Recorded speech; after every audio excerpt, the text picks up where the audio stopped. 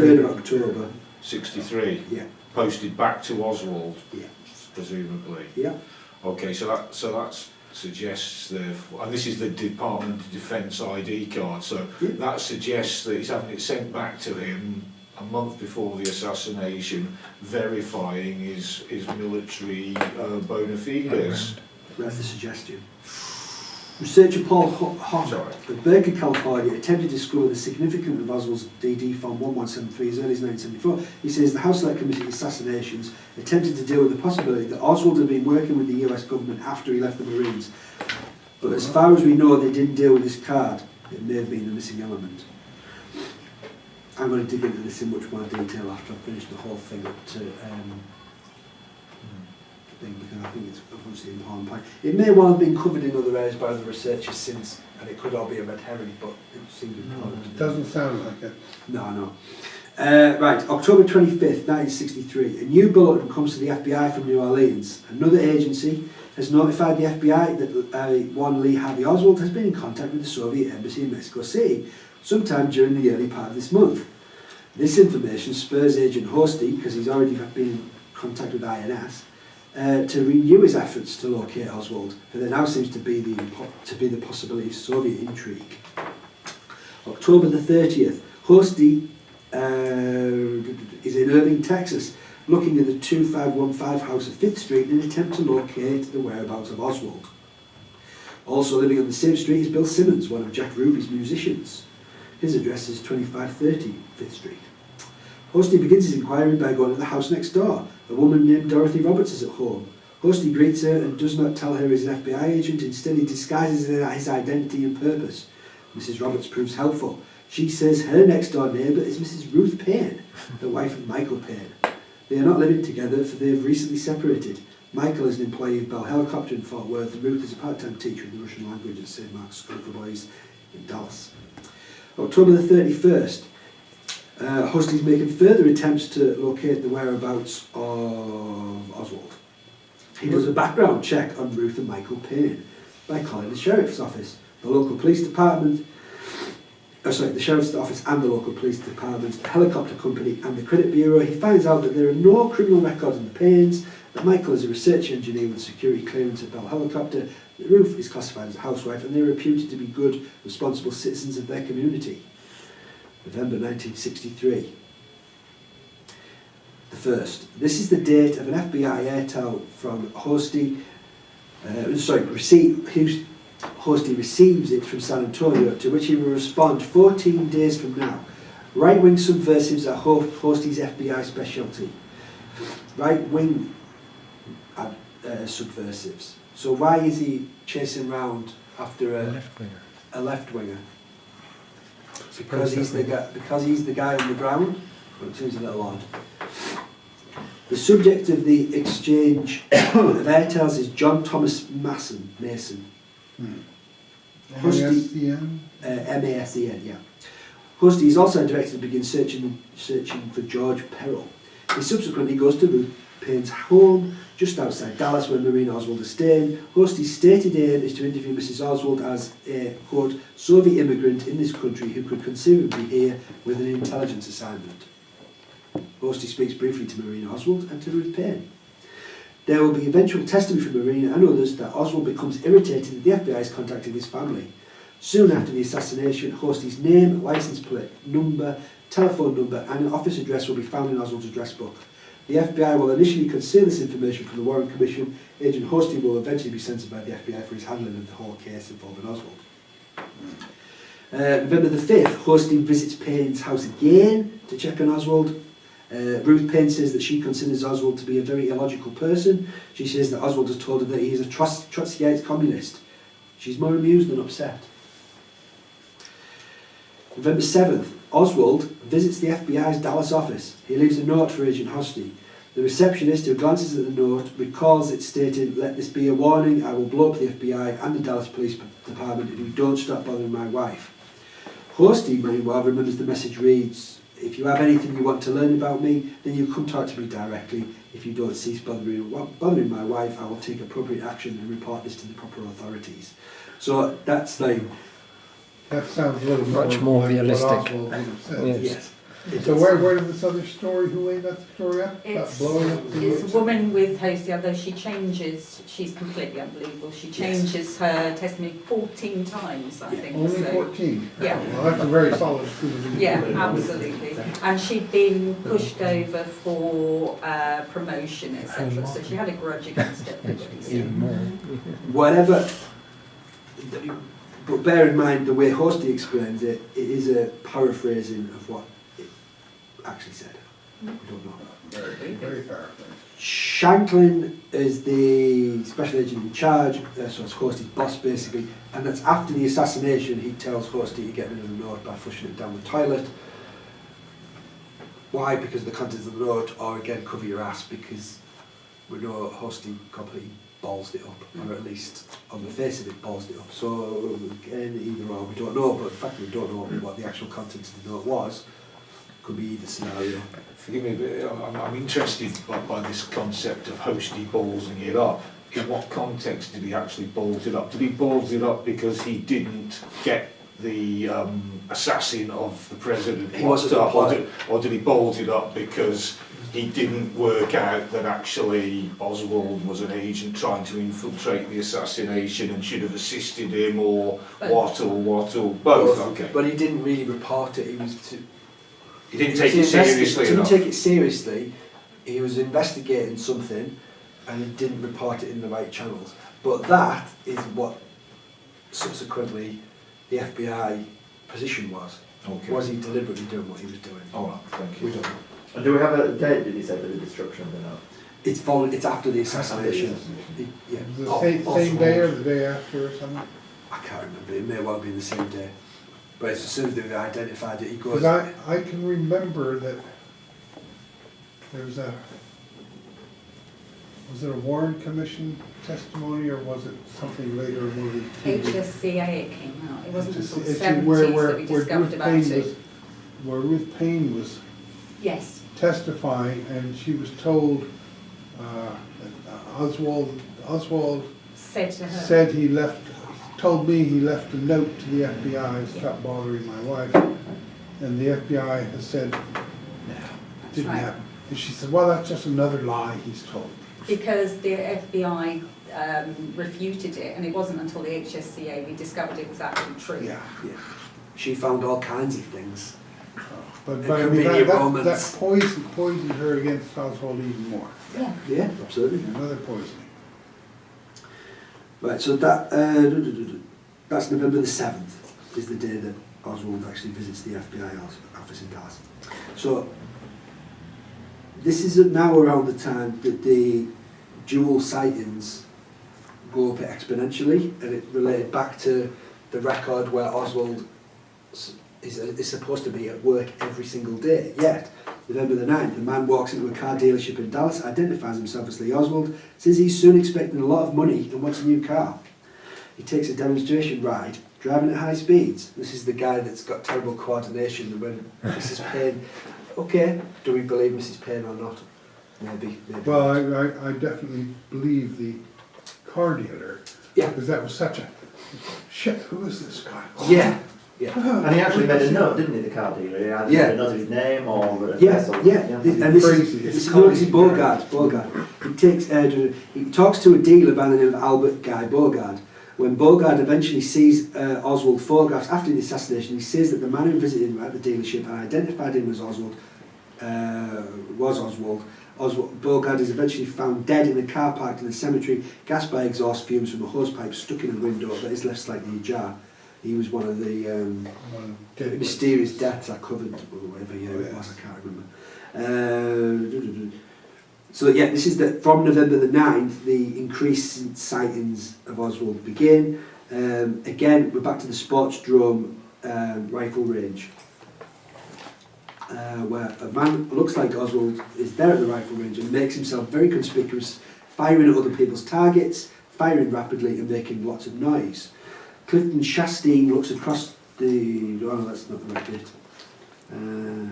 November 12th.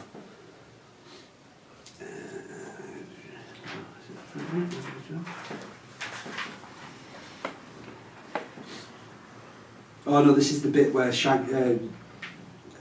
yeah. Following the assassination, Dallas Special Agent in charge Gordon Shanklin will order Hosty to destroy the note, which he does. Shanklin will later deny knowledge of the note. The Assassinations Committee will note in 1979 that it regarded the incident of the note as a serious impeachment of Shanklin and Hosty's credibility, adding that it was not possible to establish with confidence what the note's contents made. William Sullivan will eventually say that Hoover ordered the destruction of the note. I can't prove this, but I have no doubt about it. Right. So we're now getting towards the week. No, that's not that point either. I'm getting a bit confused now. Right, back to the sports drone rifle range in Dallas. Several witnesses observe Oswald firing a 6.5mm Italian rifle with a full power scope with remarkable accuracy. He takes all shell casings with him when he leaves the range. The witnesses have seen the same rifleman at the target once before firing the same rifle. Witnesses will recall that this man returns to the range on both November 20th and November 21st.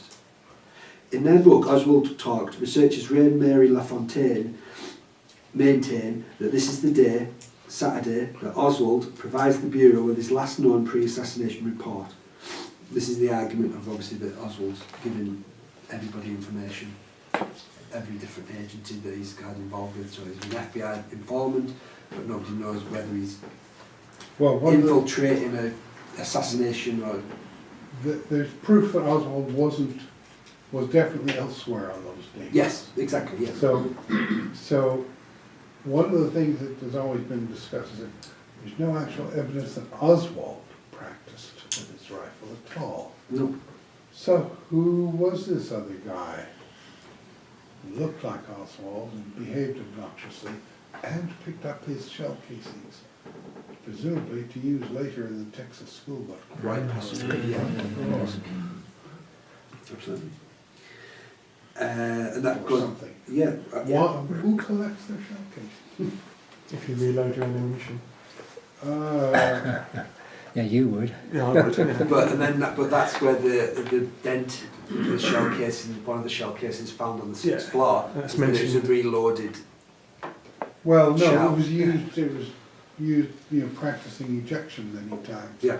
And, But again, it plays into making this character more conspicuous, more unusual, isn't it? Who else picks the casing but no one?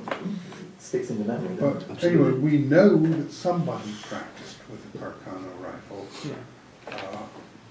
right before the assassination, and was very conspicuous in doing so.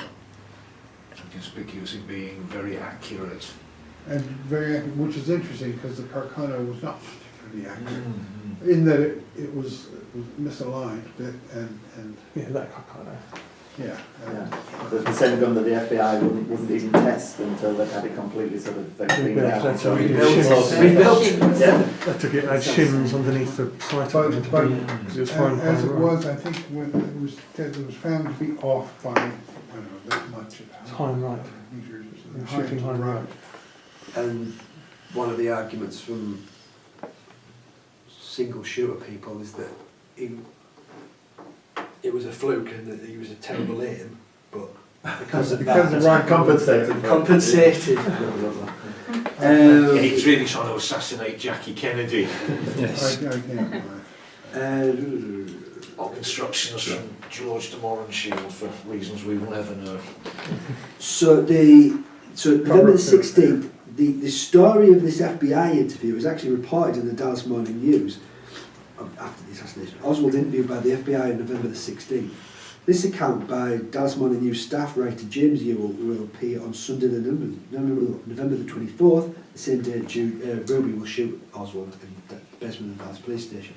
The article begins with the following. Lee Harvey Oswald, charged with murdering President Kennedy, was interviewed by the FBI here in Dallas 6 days before the Friday assassination, but word of the interview with former defector to Russia was not conveyed to the US Secret Service and Dallas Police, reliable sources told the Dallas News Saturday. An FBI agent referred all inquiries to agent in charge Gordon Shanklin, who could not be immediately reached for comment. Ewell eventually revealed that his reliable sources, the DPD chief Jesse Curry and his police intelligence unit. So that goes to the whole idea that Hostie's messed it all up by being, maybe he's not being the person doing the interviewing, but should have been aware of it, and the information wasn't shared. So, yeah, go ahead. Forgive me, a naive question. Are there any notes or records of these interviews and what was actually discussed? This interview 6 days before the assassination. Are these the notes that were part of the notes that were destroyed? Or Hosty wasn't involved? Or? I've never seen any actually in documentation because I've done lots of research into Yeah. Hosty. He talks about it in his autobiography, but I don't think we've actually ever seen any physical evidence. Okay, thanks. Right, November the 17th, so this is the day after that supposed FBI meeting.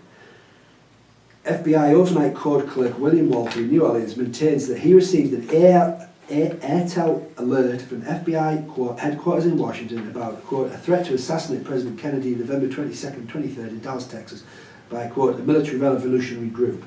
Instructions in the teletype include contacting infiltrators to local racist hate groups.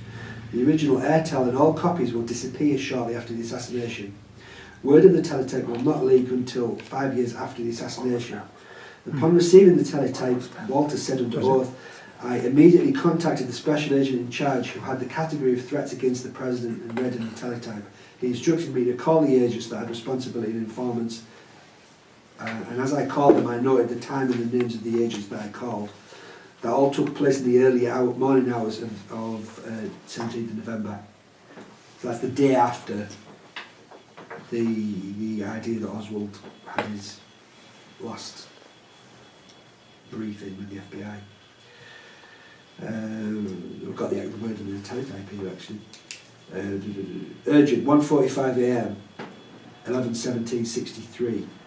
All special agents in charge from the director. Threat to assassinate President Kennedy, Dallas, Texas, November 22nd, -23, 1963. Miscellaneous information concerning. Information has been received by the Bureau, and the Bureau has determined that a militant revolutionary group may attempt to assassinate President Kennedy and his proposed trip to Dallas, Texas, November 22nd. All receiving officers should immediately contact all CIS, PCIS, logical race and hate group informants and determine if any basis for the threat. Teletype should keep Bureau advised of all developments. Other officers have been advised. Entenact PLS. Oswald is reportedly seen at the sports drum rifle range again. Another heavy-set man accompanies him. Reportedly Henry Cheyneworth. While firing at the range, Oswald shoots at a target which isn't his own. Garland Slack, the man whose target Oswald shoots at, complains to the rifle's owner, Mr. Davis. Davis then confronts Oswald and tells him to shoot at his own target. Slack remembers Oswald was rapid firing and staying at the range for approximately 2 hours. Slack also remembers that the rifle used by Oswald at the sport drum was not the rifle later identified as being found in the book depository.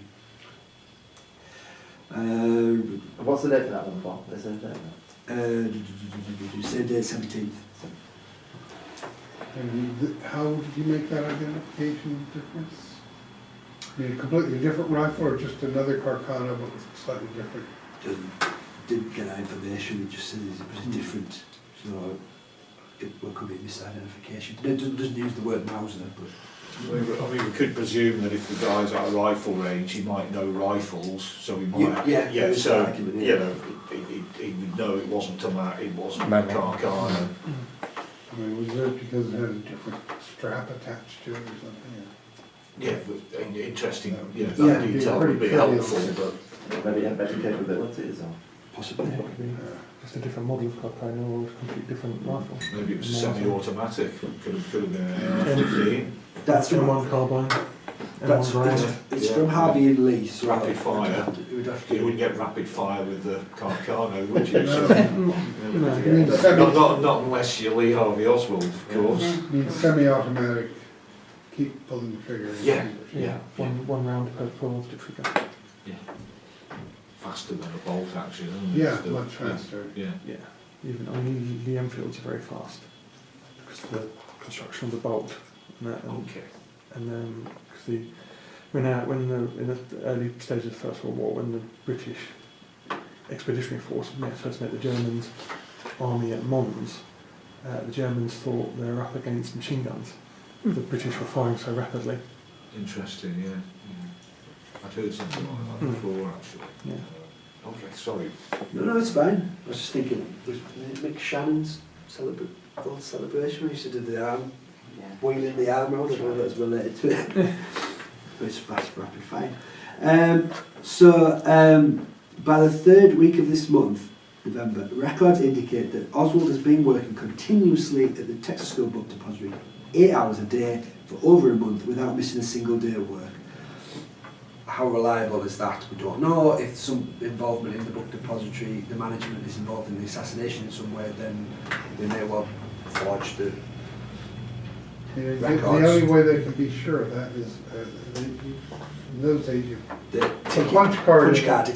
time checking. So it's What unlikely. time you punched in. You didn't have to. Huh? Didn't have to at the book depository. Really? Well, how do they know he was there? Exactly. Oh. Absolutely. Yeah, the reliable Mr. Truly, I suppose. So either he was there or he was made to look like he was there. Okay. I mean, I know I once worked in a warehouse where they had a punch card. By God, you had to punch in. I was thinking of the Well, you didn't Flintstones get now. paid. They just did it on I don't- trust then.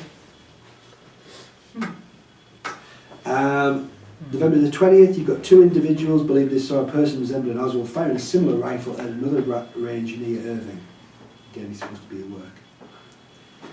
Oswald leaves his rooming house at 1026 North Beckley this morning, boards a city bus and shortly thereafter arrives for work. Oswald reportedly has breakfast at the Dobbs restaurant in Dallas this morning around 10 a.m. Oswald orders eggs over light and complains that the eggs are cooked too hard. Still he accepts them. This testimony comes from Mrs. Dolores Harrison, a waitress at the restaurant. Waitress Mary Dowling recalls the event, and that Officer J.D. Tippett is also present in the restaurant at the time. She recalls that Oswald uses a curse word when referring to the eggs, and that Tippett shot a glance at Oswald. But she says there is no indication in her opinion that the two men know each other. It's an established fact that Tippett frequents the restaurant. Now, again, could be a coincidence, but what struck me when I first started researching this 4 years ago, Oak Cliff, I mean, I know I haven't been, a lot of you guys may have been, I know people within the wider DPUK community have all been. It's all so close together. It is. I've been to that restaurant, so before I ever got involved with this, it's a very closed hearing. So, How are your eggs? I don't eat eggs, I wouldn't know. I couldn't believe it when I was looking at maps and how It's very small. it's here, it's there. Dallas it's is a there. very small city. Yeah.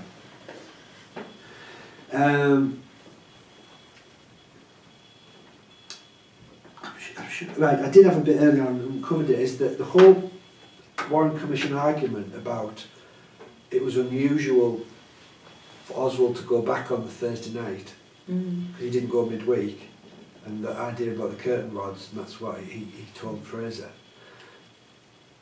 Marina had told him not to go the weekend before, so he might have been missing his baby. Can I just interject at that point, Paul? It's Yeah, very slightly off topic. But does anyone know how Oswald got to and from work on ordinary work days? Yeah, Fraser took him. Yeah, exactly. No, so from Beckley, you mean? Yeah. So is Oh, from Beckley. No, right, I see yeah. what you mean. But there's no record of them having investigated how he got to work on ordinary work days. And I've come across recently some suggestions that there were a number of TSBD employees who said that Buell Fraser gave him a lift every day. Every day. And took him because it's only it's about a mile out to where the rooming house was, so it wouldn't take him long. Well, that's But possible. several TSBD employees said that he took him out absolutely every day. And of course there's no investigation, there's no bus drivers say, yes, he always caught my bus, there's no investigation done into that. So it No. makes you wonder. Particularly when we've said about area being so small, we don't know about working. You have seen him, I know he's not that, recognisable a character, but wouldn't you have had more people come forward? Broad. Yeah. You would have thought so. Because he'd have a routine, wouldn't he? You'd Yeah, usually capture certain a lot of bus people or catch whatever, the same, yeah. exactly. Yeah. And wasn't Fraser specifically asked about, have you given rides to Oswald before? I think he just says that whenever he was asked, Yeah. he gave a ride. He didn't specify. I He don't said there was think. nothing unusual at Yeah. all Give him a about ride. it, about his behaviour in any way. That he, yeah. And the last two bits are just basically an overview of what happened on the 21st. Oswald asks Fraser whether he can ride home with him this afternoon. This is the 21st.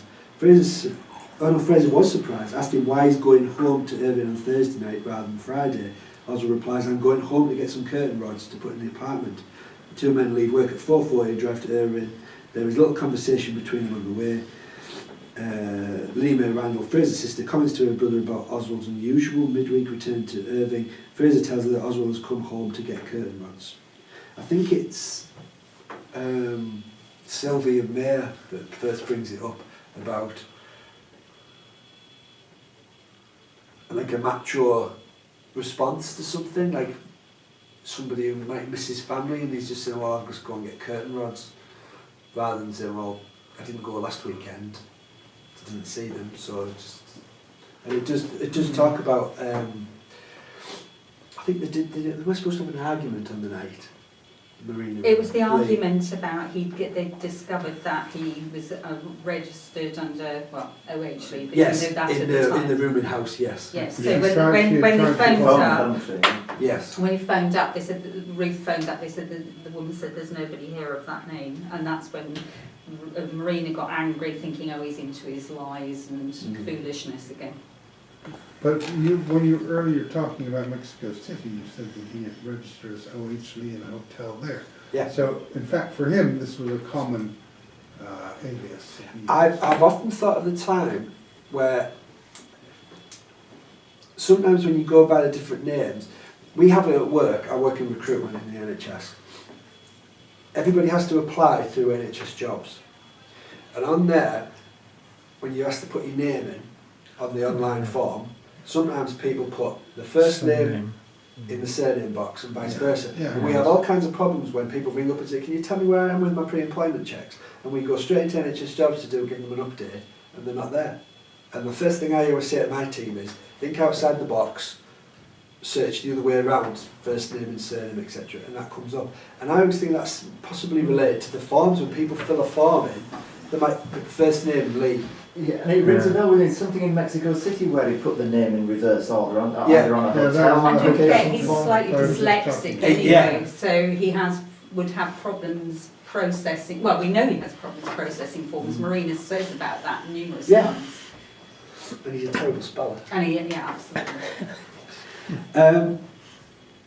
I'll stop there because there's plenty of other things after going into the Collins Radio and Mather and Kenneth Porter and various different things. The one thing I will say now is I think it's very interesting that the famous the famous description that's given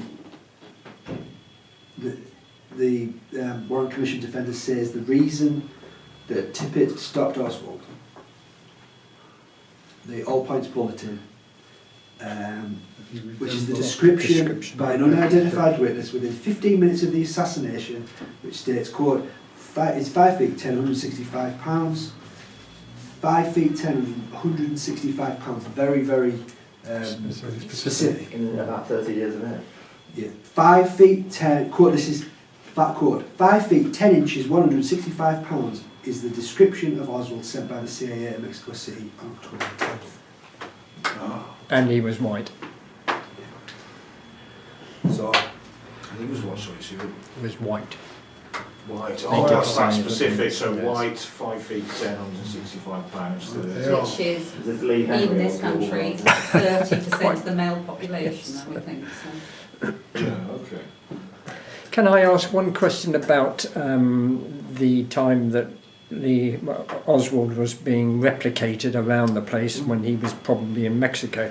There was a famous, because I think it was very suspicious after the rifle was purportedly found and it had been bought in a brown paper bag, and I think the DPD along with the FBI replicated the bag and they wanted to get it exactly 36 inches. They even admitted that it was only a look-alike because they hadn't got the original. the new one didn't have any oil stains on and so on.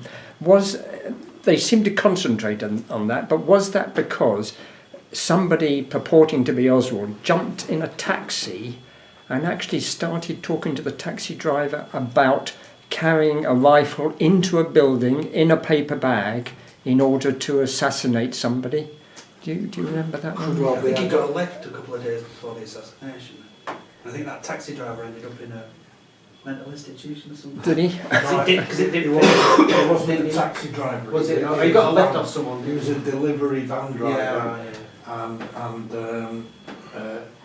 He picked up Anne Oswald out on Stemmons Freeway Right. into Dallas, into Dealey Plaza, Yeah. and Was he carrying he something? dropped him off, and this was about 11 o'clock, midday-ish. It's almost like a dry run a few days before. And he had a package, Which he said was curtain rods, again. yeah, on his lap. Oh, the FBI ended that guy. And he was talking to the driver, do you think Kennedy could be shot from the roof of one of the buildings, yeah, blah, blah, blah, you know. I mean, it's almost laughable, isn't it? Yeah. It is, the way they were... The thing about the bag is, this made so much focus of it, why the hell didn't they take a photograph of it in Yeah, place? exactly. What actually ever happened to this Never alleged there. original Yeah, did it- It bag? wasn't there. Yeah, disappeared. Exactly. Yeah, I mean, it's, Because one of their claims is that by some sort of analysis of that bag, they determined it could only have been made by hand down in the basement workshop by this guy, remember, he never leaves his post. Yeah. Yeah. So Oswald could never have the guy who wrapped book parcels. So that, very devoted man. So that Oswald would never have had an opportunity to go down to the basement to use the paper dispenser and tape and stuff to create a bag. Mm. But that's what the bag was made with, so what the hell's going on there? Could I just talk about Oswald's driving? Because I've done a lot of, well, anybody who knows me knows, I've done a lot of research into the various females of the Yes. assassination, and one I did masses into right up to as present day as I could get of the Murray family of cousins.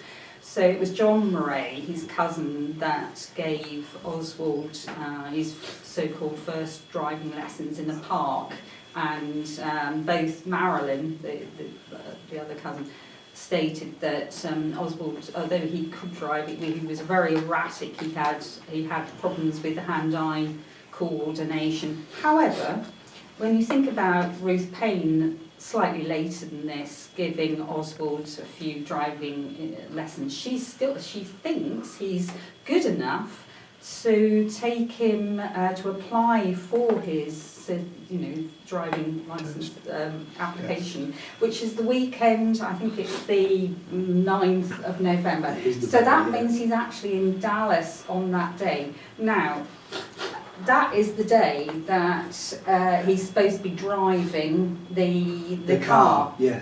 So it could be that he was there, because if we know by Ruth and Marina, he was genuinely in Dallas on that day. But do we believe them? He wasn't able to apply for the application because the office happened to be closed on a Saturday, and they weren't aware of that. They didn't think, his wife and Ruth said they didn't think he was out of their presence, but he could have been. I mean, my husband slips away from me for half an hour all the time, and I don't What? really think about it. He's allowed to. Sometimes for hours to escape to it. So I think it is very possible that it could have been him. I mean, he could have just got really. Think about it. You turn up, you're all anxious to get your car, and then find out the blinking office isn't open. So perhaps he stomped off and went to a car dealership and went, "Oh, I'm going to show them," and drove off. Possible. I think there's no way any of us can ever say nothing's impossible. No, absolutely. It's there's too much coincidence, and there's too much. Whenever these things happen historically or recently, there's always people come out afterwards and say how it's bad. There's been a lot of it after 9/11 since then, where it's been in the media where people have said oh, I was involved in it in some way. Oh yeah. So I don't discount a lot of these things where people, after the fact, said, oh yeah, I saw him firing a gun at this rifle range, and I saw him here, I saw him there. Some of it's mistaken identity, perhaps. Some of it is Boasting. boasting. to be Some of it's part just of the people that news. just want to be involved Yeah. in the story. But there's a hell of a lot of it. That's what, and you can't put everything down at coincidence. No, but there's no aspect of Oswald that isn't, that you can't submit in a court of law with. There you are, Your Honour, there's your proof of this No, and that absolutely. and whatever. Yeah. Everything is ambiguous. Did Oswald, the guy that we know as Lee Harvey Oswald, did he go to Russia? There's a lot of early authors that produced photographs of Oswald with Marina in Minsk. And Marina, I think, is something like 5'2", 5'3", something like that. And on the photograph, Oswald's at the most 2 inches taller. So we've got an Oswald 5'5", not unless, well, he's not standing in a ditch. He shrinks and grows over time, doesn't he? Yeah. And you've just given that out, the description, 5'10", 165 pounds. Yeah. 5'11" at Marines, wasn't it? But men argue, You know. Yeah. lie about their height, so you know. they're- 2 or 3. Did Oswald go to Mexico City? Absolutely no proof. Sylvia Duran description was the guy who had blonde hair. Sylvia Duran Yeah. was pulled in afterwards and hostilely interrogated, wasn't she? At the Yes. request of Yeah. the CIA in Mexico City Yes, station. from, in Mexico. Yeah. Well, it's not why they have issues. Just put pressure on that hand and to shut her up. Yeah, Keep her out of the press. It's like a bloody lorry driver. Preserved, arrested, whatever. So, I don't believe any of it.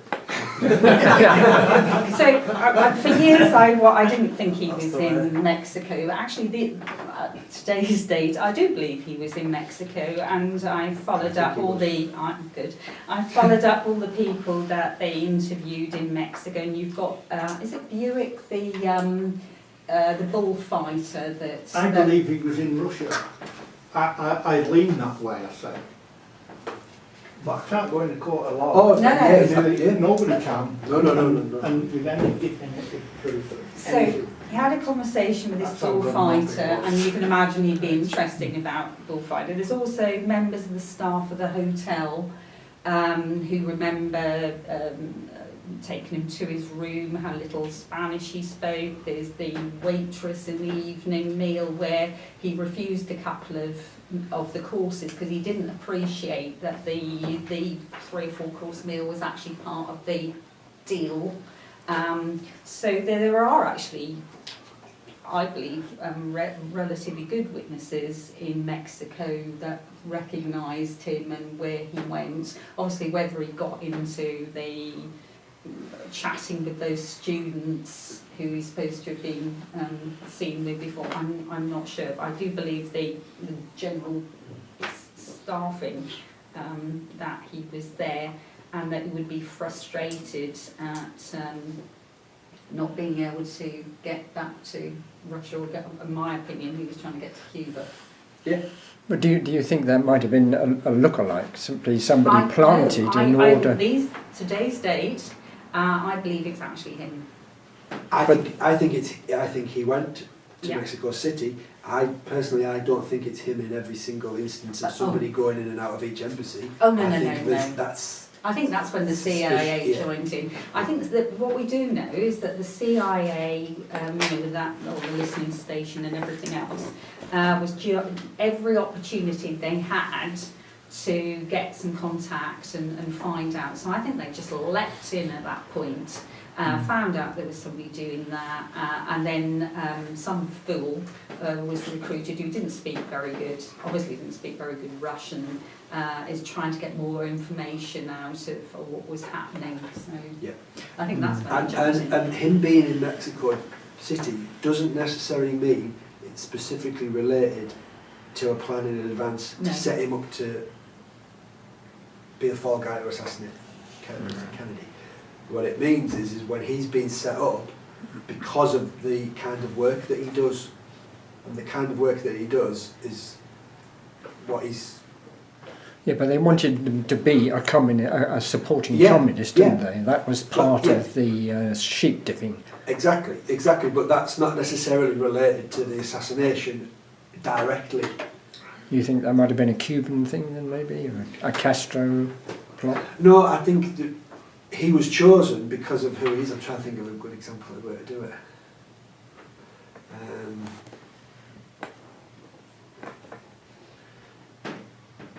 If you're trying to sell the assassination as being a right-wingers have done it, but they make it look like left-wingers have done it, you look for people to be the fall guy that will be easily sold. And that's going back to what I said about Bodyguard, is that they deliberately put David Budd in that situation because of his background. What he was doing wasn't necessarily... Well, it wasn't, unless you believe in the conspiracy theories you've read about it. Wasn't directly related to what was going on, but they used him to sell the story that they sold. I'm not explaining myself very well, but... Or couldn't that have been what was intended with Tippett? Yeah. Very well. Just going back to Albert Guy Bogard, he was given a lie detector test, wasn't he? Yes, I think he did. Yeah, it just says here, I've just got Walt Brown's The Warren Admission. It said Bogart testified that Lee Oswald, in quotes, visited the car dealership on Saturday, November the 9th in the late afternoon. Testified that during which time Oswald was at the Payne residence. Testified that on November the 22nd, when he heard the name Oswald, he tore up the card with the name on it, threw it out, and did not become overly curious about the event. The Commission shared his lack of curiosity. Although he took a lie detector test, making him a member of a very select club, he was not shown photos of Oswald to identify. He was not asked to describe Oswald. He was not asked about any statements the customer had made. And Counsel Ball treats the lie detector test like it was simply a wrong number. It's incumbent on the Commission to get to the bottom of the imposters, and they treated the issue as they did the fake Secret Service agents in Dealey Plaza like they were hangovers that would simply go away in time. In Bogart's case, he was a dangerous witness, so it was limited to 96 questions, and Albert G. Bogart would meet a suspicious death not far down the road. And then one of the other ones I'd forgotten, what about the barber, Clifford Shastine? Who, a barber in the first of 14 back-to-back witnesses whose testimony, separate or combined, left little doubt that someone or some group was creating an Oswald double in the weeks before the assassination. In Shastine's case, the testimony suggested that Oswald drove up in a 55 Chevy wagon, sometimes in the company of a 14-year-old who had odd political ideas, and got his hair cut perhaps as many as 8 times in the time frame in which Oswald was an occasional guest at the Payne home. It is hard to imagine the cheap and balding Oswald getting 8 haircuts between October the 3rd and November the 21st, a total of 49 days, which would be equivalent of a haircut every 6 days. The witness reads like an honest and street-smart individual, and his testimony is not in question. But what was done with it, and whose hair did he cut? And also the funny shoes he went on about as well, which don't make any sense at all. I can't believe that haircut every 6 days. Anyway. No, especially he was so mean, he worried about every cent. So. But it crops up in haircuts because it was in Clinton Wasn't- as well, wasn't he? Getting his haircut in Clinton, Wasn't wherever he the guy went. that was Yeah, in but Dealey Plaza if you at look the at any of assassination, these was his name hairdressers seem Jack to come Lawrence? forward at every Wasn't he? event. Taxi drivers, It's a common thing At that that same hairdressers Dealey do. car dealership that Bogart was at, Yeah, he's the Yeah, one he who on the day came back running in through open the toilets and looked Covered in mud. Yeah. Covered in mud, Yeah. yeah. That's Yeah. very odd. Yeah, but he'd been out drinking the night before. If you follow, I'd follow his career right through, and he didn't want to admit to his wife because he was down there, shouldn't have been spending his money drinking, had been out till about 1 a.m. That's hence why he was throwing up. So I do believe that. There's nothing Yeah, to do with we always have to be Is this aware. Jack Lawrence? Yeah. Where did the mud Yeah. come from? Or the mud Oh, and man. smell? And Well, his- I think he Raining. parked his car badly, and anyway, and he ended up having to sell his car. I mean, he was in a pretty bad state. I don't think it's anything to do with. He got really stitched up. It's as interesting, well. it says that the manager of the Lincoln Mercury dealership was Frank Pizzo, and he was unable to identify Oswald in 6 photos, primarily because the photos were those of Curtis Crayford. So that makes it... But I must say that, you know, what we do know is that from Barry Payne, that Oswald was actually in Dallas on the 9th of November. Is Ruth So- Payne credible? No, I mean, Most of I it, just yes, I have think serious she is. doubts about the woman. I She used does to, not- I don't Is anything- anymore. So you think she's credible? I think Oh, most really? of the time she's credible. I've gone through a whole epiphany over the years I've been here, following, you know, right through to the stuff that she's answered. I've done a lot of watching about FBI Spy the Lie, if anybody's ever read that, as to whether people are giving, you know, are lying or not. And most of the time I don't think she's lying, so Okay. I've changed that doesn't mean I won't change my opinion again. All right. We will have to call a stop there. Paul, thank you very much Yeah, indeed. good.